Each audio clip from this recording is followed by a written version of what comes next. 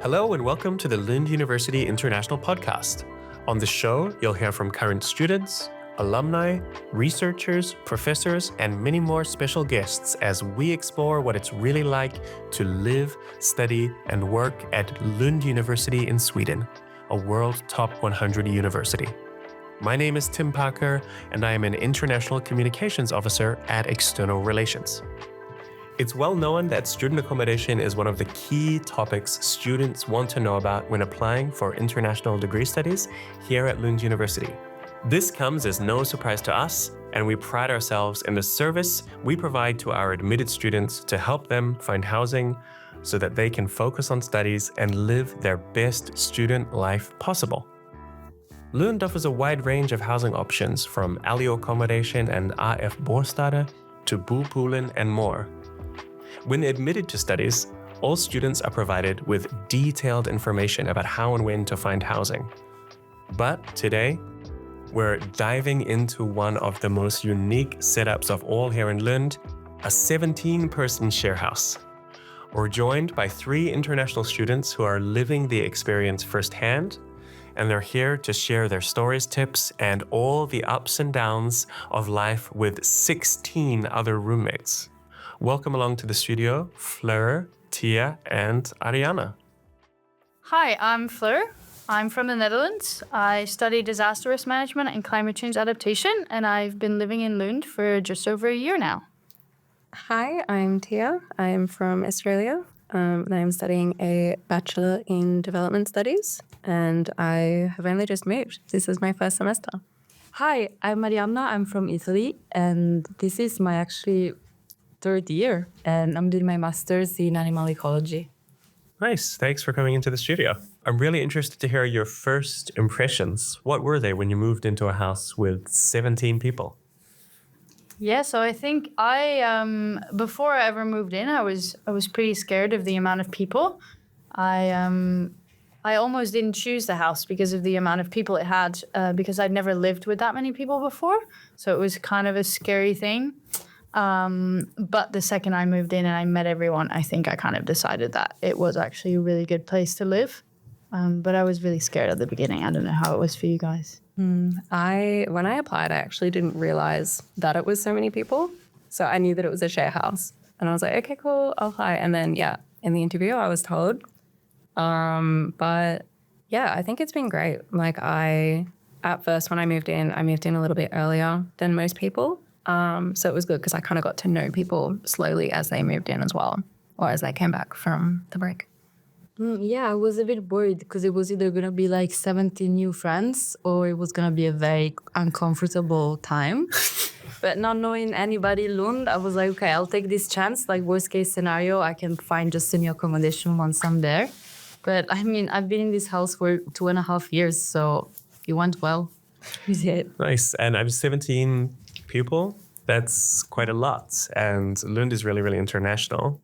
So I'm wondering how living with people from so many different backgrounds has enriched your experience here in Lund, and if you've learned anything about new cultures and traditions.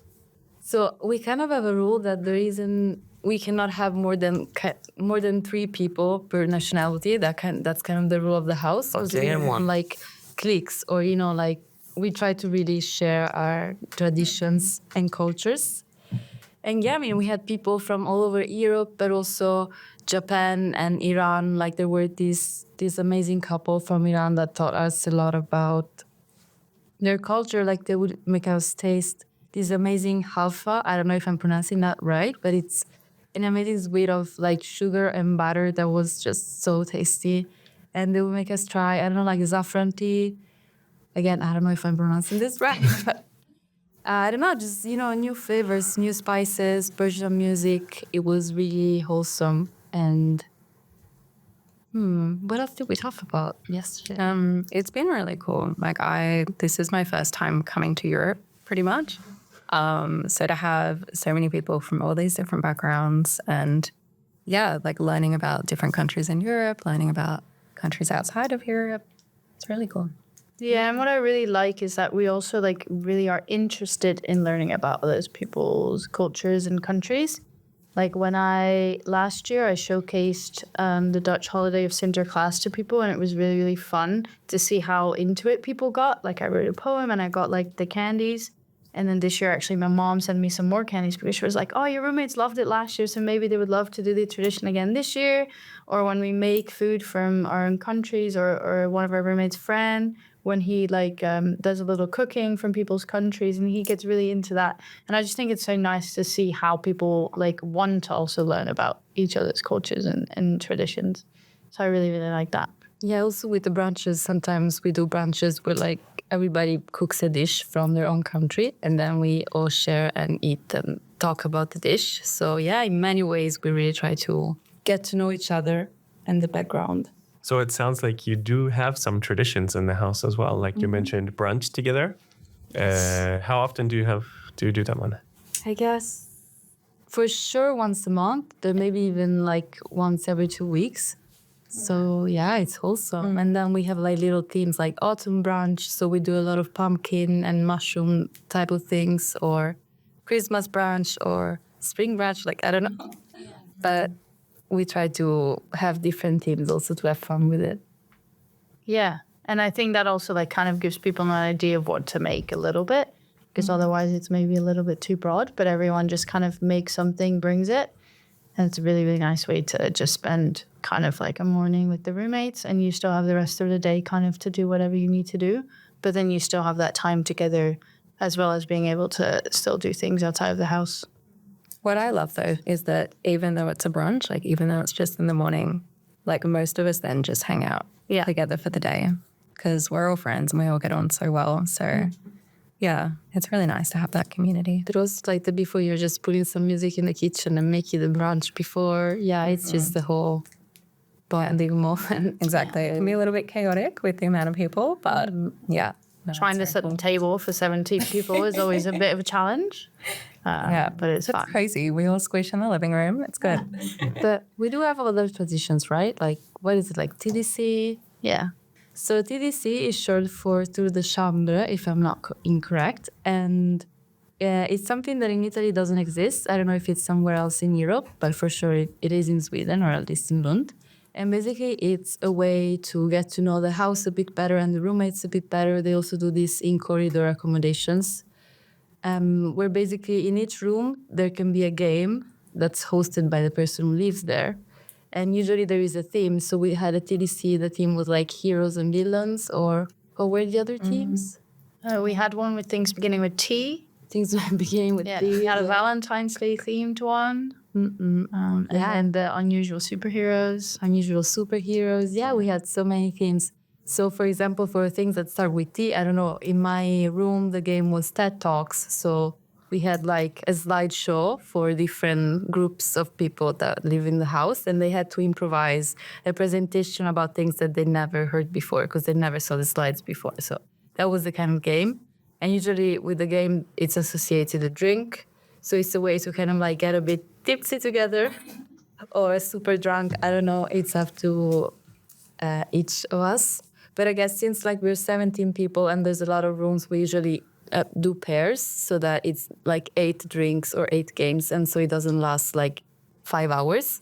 So yeah, it's also a nice way to bond with each other and get to know each other a bit better. Yeah, I did the first one when a lot of people just moved in as well. So it was a great way to get to know each other even better. And yeah, it's been really fun. Yeah, and I think my favorite thing is being paired up with someone I don't talk to that often normally in the house, because then you get to know them so much through this process of thinking of the game. And then you're oh, come to my room, we'll meet up and we'll discuss our different things. And I'm wow, I've never been in your room before. And it's always I always hope I get paired up with someone that I normally don't spend too much of my time with, just so that I can get to know them. But it's a very fun night. I really like the TDCs for sure. Yeah, because we just use a random generator to decide who the pairs are. Yeah, we also do that for Secret Santa. Yeah. Yeah, so yeah, we have a lot of traditions for sure. Nice. That sounds very, very wholesome. And I'm also thinking you still have to, you're of course having a lot of fun, but you still have to focus on your studies as well. So how do you manage to focus on your studies living in such a bustling house? Yeah, so I think everyone kind of does it differently. So for me, actually, people studying in the house motivates me to also do my studying.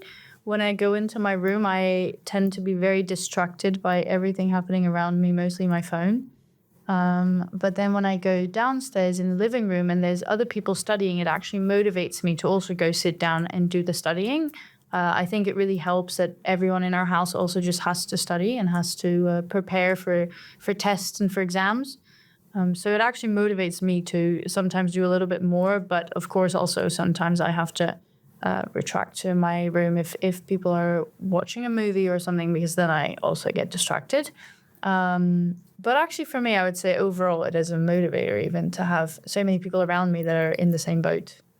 So I actually had like a bit of the opposite experience because when I first moved in, I found it so hard to be like, okay, I need to go to my room to study because I would just want to go talk to everyone and socialize. So yeah, I had to like really, I kind of use it as motivation the other way because it's like I'll be in my room and I'll be like, okay, I want to get this done because I want to watch the movie with the housemates tonight, or I want to go out and have fika with someone. So yeah, I think it's really motivating, but just in a different way. Yeah. Yeah, I also think that sometimes exams period overlap, or I don't know, there was this time last year where everybody, like half the house was working on their thesis. So like the whole house became like a study room. I don't know, the whole atmosphere was very desperate, but also very focused, you know, so everybody was there on their computer. And yeah, that really helps. You know, we were helping each other. And also if somebody had a problem, a doubt, or hey, can you read this paragraph and tell me if you understand? Like even if we study completely different things, we could really help each other. So that's really handy. I don't know. Yeah, and I guess it also kind of helps that we have 2 living rooms in our house, whereas the one upstairs is used maybe more for social activities and the one downstairs is then more used for like studying. So I guess if you really want the quiet and the study arena, you can always go downstairs. And there during the day, there's only people studying, not really doing anything else. But also just everyone's respectful of the fact that during the day, people are going to have to study. So people don't like have crazy ideas during the day with a lot of noise. Yeah, I think we always try to keep a space for people to study. And whether it's like the first living room or the second living room, yeah, I think we're very lucky as well to living rooms. That changes a lot, the dynamics. But yeah. Nice. So it sounds to me like you do actually have kind of like an unofficial tradition to study together as well. Yeah. Yeah, it's fun to be able to study with people who are studying something different to you as well. And we're all at like different stages in our degrees. Some of us are doing masters, some of us are doing bachelors. So yeah, it's cool to learn about what other people are working on. And even with like the thesis, like we had a housemate present a thesis a few months ago when we had a housemate present their thesis and we all went and watched. And yeah, we're all very supportive of each other as well, which I think is really cool. Yeah, and I think they all sound super smart when they present because I have no clue what they're talking about. So it just all sounds very smart. I think I also had a roommate present on their thesis in like chemical biology, and I had no idea what was going on. But I was like, it sounds great. It sounds like you really have figured out what this is. So it's also like, and it's great for me to then be able to share like kind of what I've learned about. Like I came home after a lecture and I was like, I really need to tell someone about what this teacher said. And even though it's not maybe something that people study, it's still very fun for them to then also learn about it. Yeah. So I do really like studying together. We're all interested. It's cool to follow the journey, you know, follow the journey of the thesis. Yeah. Yeah, it's so true. Like I remember when one of my roommates just started with her ideas, like maybe I should do it about this. You know, it was about urban design and she was choosing the right site, I don't know, to do her project on. And then seeing the final presentation, yeah, it's good to see all the steps in between. All right, and I'm really interested to hear how you found out about this house. Yeah, so I found out about it on Facebook. I looked up on Facebook Lund Housing and I found, I think, around 4 different groups and I just joined all of them. And then in one of them, I found a link to the student house and there was a Google Forms that I filled in. Then I had a little call with one of the roommates that was already living there. And then that's kind of how I found out about this house and the opportunity to live in it. Mine was very much the same. I had heard that getting accommodation in Lund was quite difficult and competitive. So I was like, I want to get on top of it early. I joined all the Facebook groups. You can just look up like Lund accommodation, student accommodation. There'll be a lot of groups. And yeah, this post came up and it had a Google form. It was like, we're looking for someone, and filled it out. Here we are. Yeah, I had a bit of a different experience. I think I got very lucky though, because Lund University emails you very early, like in April or March, and I've been like, yeah, please look for accommodation now because it's gonna be very tough. So I also got like the urge, okay, I need to do this right away. I was so scared that I went to Poland and literally like I saw 2 ads. Like I wrote to, this was the second place I wrote to, and they just then called me and then I got in. So I don't know, I guess that's not the usual experience though. But I guess sometimes it can happen. I feel like I was very lucky. I literally just like texted 2 people and one of them got me, so. Yeah, so I reached out to a lot of people. I went on both Poland and Facebook, and I reached out to a lot of them on Poland. I also like anyone even that asked for maybe tenants to move in earlier than I thought I could move in. I just emailed them anyway because I was like, well, maybe if I state that I can only move in that time, they would still want me. So I emailed, I think, around 25 people. Around, I would say 10 got back to me. But then I kind of had the choice to like decide like, oh, who would I want to move on with? And because at first I just moved I reached out to anyone kind of that had any house in or near Lund because I didn't know how hard it would be. So then once actually people got back to me, I could kind of make more of a selection of, okay, maybe I want something that's closer to the center, or I want something with like less roommates or something like that. And then, so I reached out to a lot of people. And in the end, I ended up here, which was very nice. I actually applied for this housing and had the interview before I even gotten into my degree as well. Really? Yeah. Oh, that is good planning. I just heard that it was really hard to get accommodation. And I knew that I wanted to live in a share house situation. Like I knew I wanted to be with people, which I think is so good. Highly recommend. But yeah, so I did have to. But from what why did you really choose Lund? Like, did you also have other Swedish cities in mind? Yeah, so I applied for quite a few different universities in Sweden. But yeah, because I'm doing a bachelor's, there's not as many bachelors in English as there are masters. And yeah, Lund just looked really good and I was interested in the program and heard that it was a student city. And that was a big reason why I chose as well, because I think the student city, having that experience, being able to meet all these people from different countries and live with other students is really unique and really special. Yeah, for sure.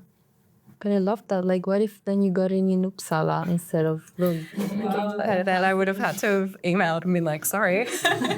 I didn't sign the contract before I got in, yeah. Okay, that's very smart. Yeah, I knew because they have the date as well that you can that you find out that the results are released. So I knew that it was coming up. But yeah. It must have been so exciting to see the news. It was. It really was. I'm curious to hear about how you divide the responsibilities like chores, cleaning and shopping as well, not just the fun stuff that we've already talked about. Yeah. Yeah, I think it goes pretty well in our house. From experience I've had when I lived with students as well during my bachelor, this house is very clean and tidied up. For the amount of people that live in it and the size of the house, of course, there will always be things that are not always super tidied up. But I think what really helps is we have kitchen duties.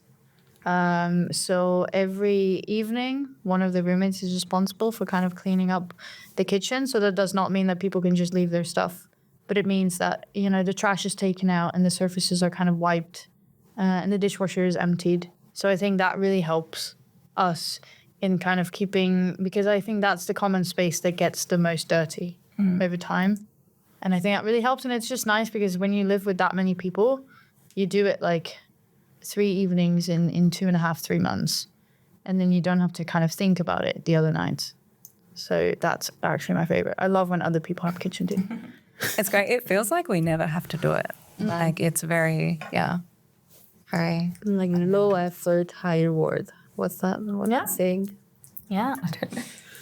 Is there a saying like Yeah. this, no? Lowest high reward. Oh, okay. I haven't heard that. So you're saying it feels like you never have to clean or Do the shouting? We clean as we go, Yeah. obviously. When we're cooking, like if you make a mess, you live with other people, you clean it. It's actually motivating because if I cook, I'm like, okay, I have to do the dishes right away. I can't leave it and come back to it in a few hours because, other people want to use the space. But yeah, that was one of the big draw cards for me as well, applying for this house, is that I knew they had been a share house for so many years already. So I knew that they had systems in place.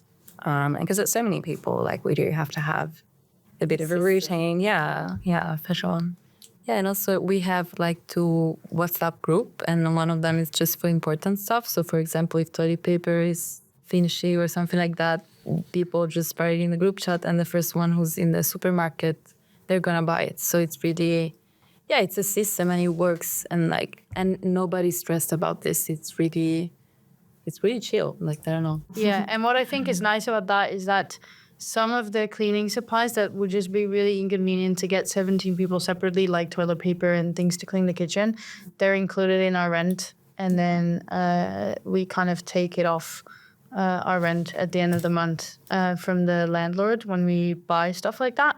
So I think that really works, because otherwise everyone would be just walking around with that like roll of toilet paper, like we're on like a campsite.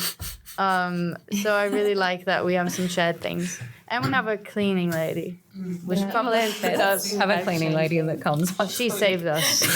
She does. But it's also included in the rent. So, I mean, we pay for her to come in a way. Yeah. But I think that that's really, really nice, especially with the size of the house. I think it would be really hard to keep it like super clean.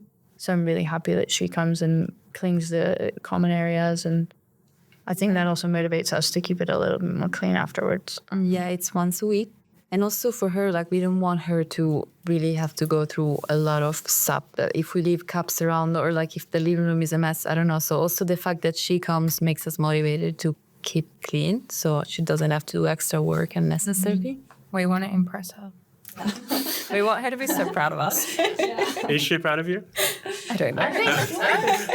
She never told us that, though. No, but I also guess like last year we had a little bit of a thing where before the cleaner would come, we'd be like, I'll take all your stuff from the living room, because when she would clean, it's kind of like my grandma, she'd move stuff and it would just be somewhere else and you wouldn't know where it went. That's true. It would be in the house, but you just wouldn't know where it went. So it was like, if you don't want to lose your book that's on the table, probably don't leave it out when the cleaner comes, because it will probably be like found somewhere in the kitchen or something like that, because she's just walking around and putting it like also away in drawers and in cabinets to like tidy it up, which is really nice. But then sometimes we'd lose our stuff. So it also motivated us to kind of like tidy up our stuff if you didn't want it to look for it, like do an Easter egg hunt through the entire house for your stuff. So I think that was quite funny as well. We had like a little, guys, clean up before she comes, because otherwise you're going to lose it. I think everyone's really respectful as well, though. I think because we're all in the same boat, we're all living together, sharing the space. Everyone's very respectful as well. We're not going to leave stuff out.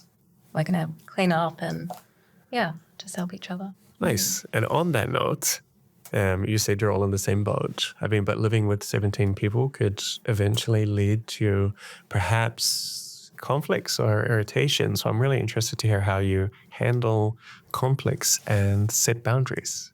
So I would say that in general, we are very respectful with each other, and there hasn't been much conflict at all, honestly. But we have 2 main ways that conflict can be resolved. First of all, we have house meetings, kind of like once a month, where like it's a very safe space where if anybody has something to say about, like, I don't know, in the morning, you guys are too loud next to my room, or like at night, people, I don't know, like anything about this, because usually it could be because we have different like schedules instead of sleep, regarding sleep. Like maybe some people go to bed very late, others wake up very early. So maybe that's the main boundary that needs to be respected. Because regarding privacy, I think there's a very good balance between like being social whenever you want and just having your own space in your room whenever you feel like being by yourself. And nobody expects you to be social when you don't feel like it. You can also just be on the couch minding your business. Like, we don't need to interact if you don't want to. Like, on this, I think we're all really on the same wave. But house meetings can be very helpful if anybody has any issue that needs to be addressed. But also we have a lovely figure, which is the house manager. We actually have 3 house managers. There's one of them here today, Fleur. Oh my God. So Yeah, so I guess like as a house manager, it's mostly we're a safe space to go to when you are in conflict with roommates, but it's not happened that often that we get approached with that. I would say barely ever.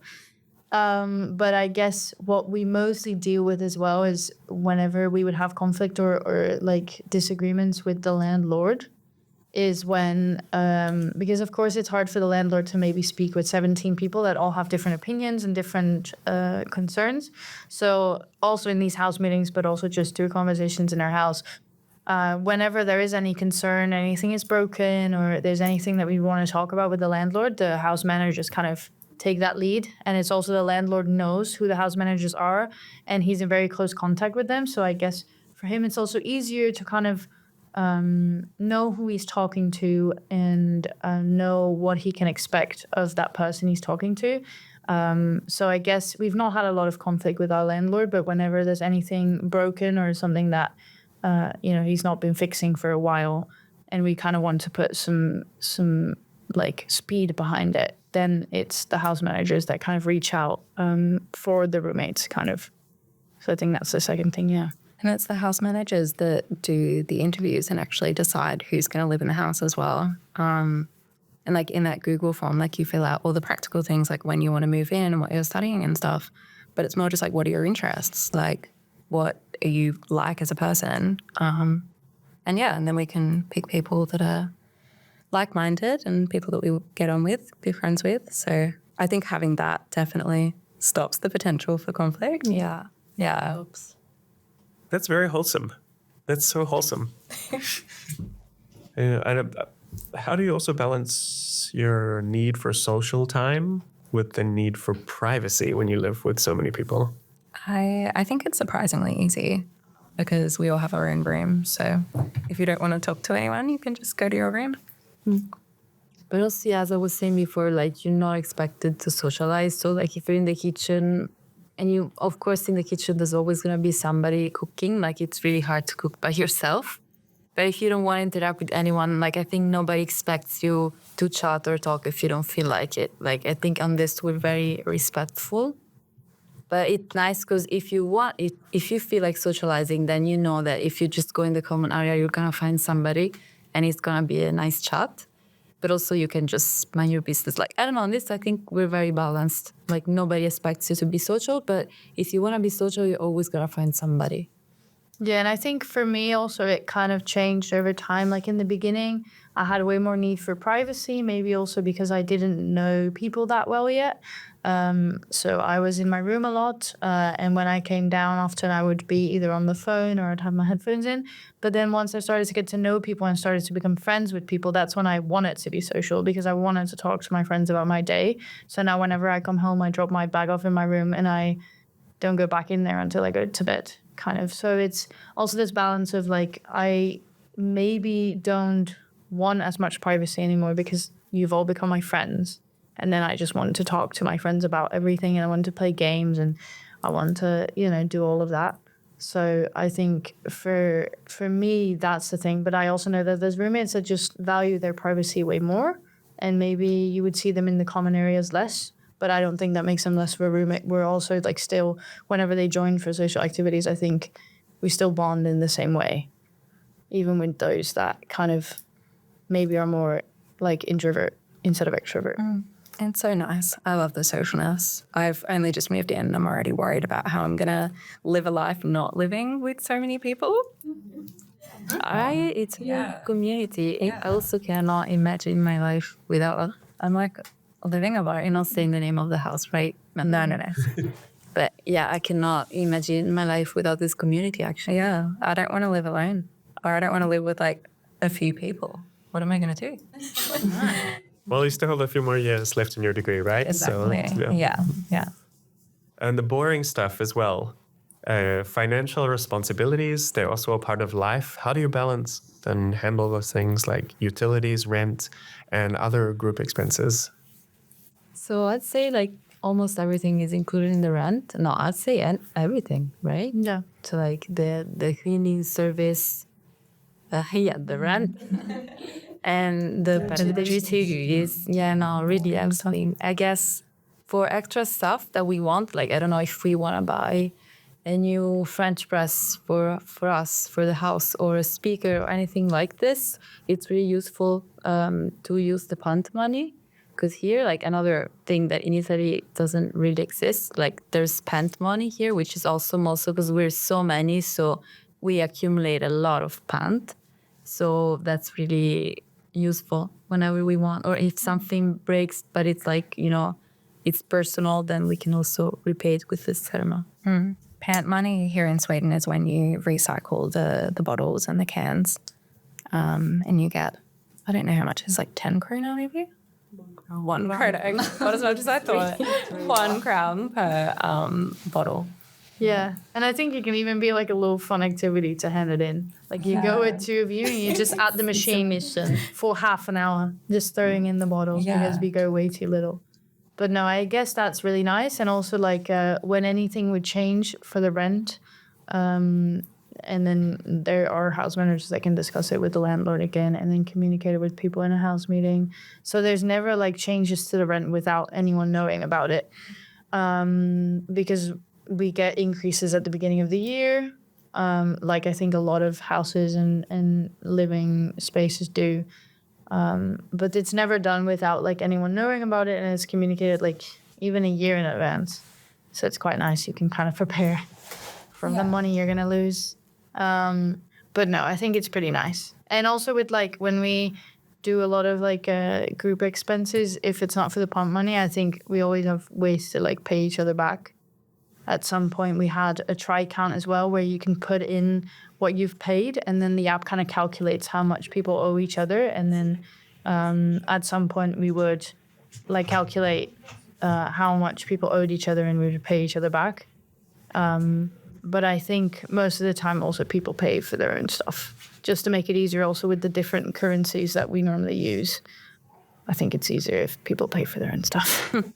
And when we do things like family brunches, which I love that we call it family brunches, family away from home. But when we do family brunches and when we do like TDC, it's kind of like everyone's contributing something. So we're all bringing a dish or we're all, buying decorations, buying drinks and stuff. So it all kind of evens out. Yeah, totally. Now thinking of other traditions like, Friendsgiving with it to honor like our American roommates. But also game nights. Man, we have a lot of those. We haven't had one of those in a bit though. I really love cannot. We're doing it tonight, crap. No, we do a lot of movie nights as well, which is so fun. Like someone will just put in the group chat like, hey, I want to watch this movie tonight. And everyone will be like, okay. The genres are very different. I feel like lately we've been a bit stumbling upon like childhood nostalgia. Like, I don't know, we found out that one of our roommates has never seen Shrek.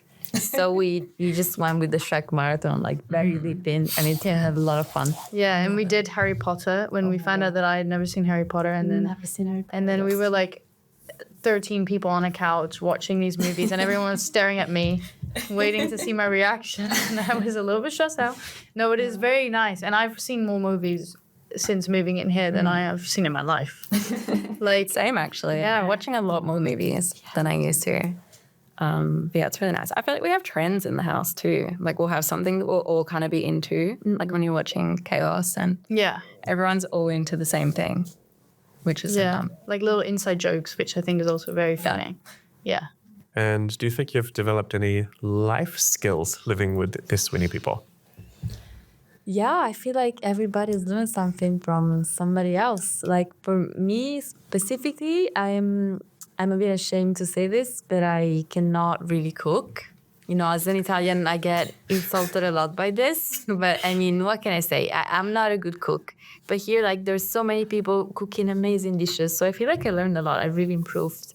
And also, like, everybody has a different preferred flavor or taste. And I discovered new spices and new ways to cook. I don't know, I didn't know how to make tofu. Now I make tofu in so many different shapes and colors. So, yeah, I mean, I feel like I really improved my cooking for sure. And we all have different hobbies and things too. Like I crochet, and like I taught one of our housemates to crochet. Another housemate, because coming from Australia, we don't bike very often. Like I am not used to riding a bike at all. So like I've got housemates who can tell me, oh, you have to pump up the tires of the bike, or like, all right, we need to put the chain back on, and like help me there. Yeah, I think everyone is like very willing to share in their skills. I've also like kind of got back at some skills. Like I used to play the flute. I hadn't done it in a long, long time. But then there were so many roommates making music, and there were people playing the guitar and singing. And I was like, I want to get back at it. So I bought a flute, and now I'm getting back into it. So I really like that. And I guess a life skill I've learned is like living with so many people and being friends with so many people, and kind of, you know, trying to make friends, but also invest the time into building up those friendships to stay for a longer time. Like, I think it's also because when people move out and move back to their respective countries, like I really try to keep that relationship going as well. So I think it's also like taught me how to kind of really invest into friendships a lot, which is very, very nice. Yeah, and I feel like, no, I don't know, now you said music, it makes me think that like you play the violin, you play the flute, and we have a guitarist, somebody who plays the ukulele. Like you're a very musical house. That's pretty lovely. I'm kind of a musician, I guess. You are, not kind of, you are. Yeah, I just released my first song. Congratulations. Thanks. So, and that also, like, you know, living with such a big family, so amazing friends, like to me, like, I don't know, we actually have another roommate who has already published on Spotify. Like, we're a very musical house in general.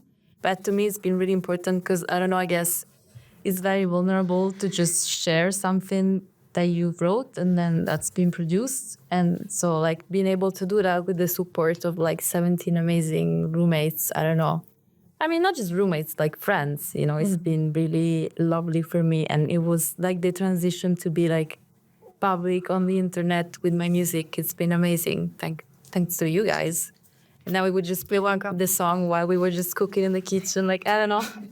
Like, we're a very supportive family, I would say, a very supportive community. We're all very supportive of each other. Like, if we have friends who are in, like, plays or, like, Fleur doing Lucia, like, we always go and watch each other's shows and, yeah, always support.